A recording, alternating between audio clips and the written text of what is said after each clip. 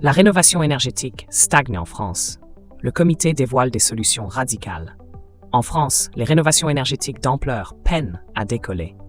Pour accélérer les choses, le comité stratégique de filière Industrie pour la construction propose des pistes à creuser.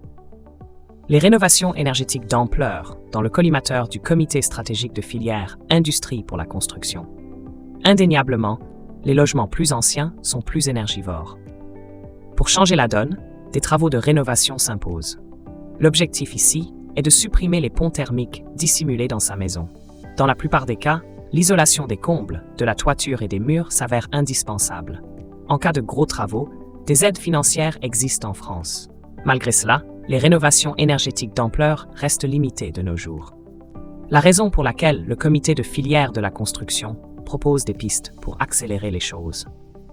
Les solutions déployées permettent notamment de massifier ces travaux d'envergure. Les ménages concernés peuvent ainsi contribuer à l'atteinte des objectifs climatiques de l'Hexagone. Il faut savoir que les bâtiments représentent environ 1/5 des émissions de gaz à effet de serre en France. La présence des logements anciens dans l'écosystème ne fait qu'empirer la situation. Mais il n'est pas nécessairement utile de les détruire. La solution ad hoc consiste plutôt à rénover ces habitations hors normes environnementales.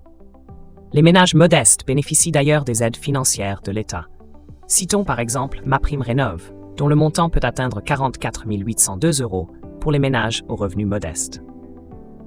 Mais les moyens financiers déployés par l'exécutif sont insuffisants pour couvrir les rénovations énergétiques d'ampleur.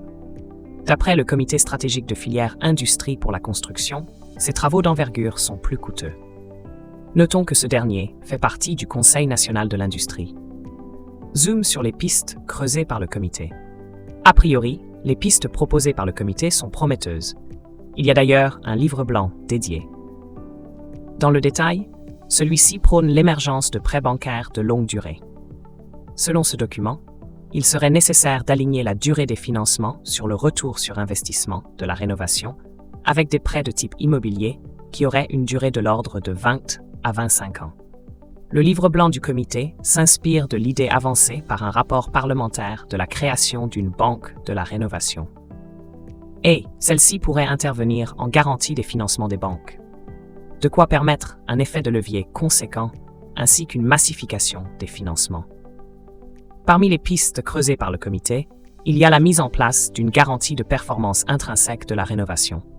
Cela implique la mise en place de méthodes de contrôle en cours de chantier, comme par exemple l'usage de photos ou de vidéos lors de la pose. Toujours selon le comité, il convient aussi d'associer les assureurs de manière à rechercher avec eux les voies et moyens de couvrir la performance. De quoi permettre leur intervention si celle-ci n'est pas atteinte. D'après l'Agence nationale de l'habitat ANA, le nombre de rénovations énergétiques d'ampleur a progressé de 12,5% à 71,613 en 2023.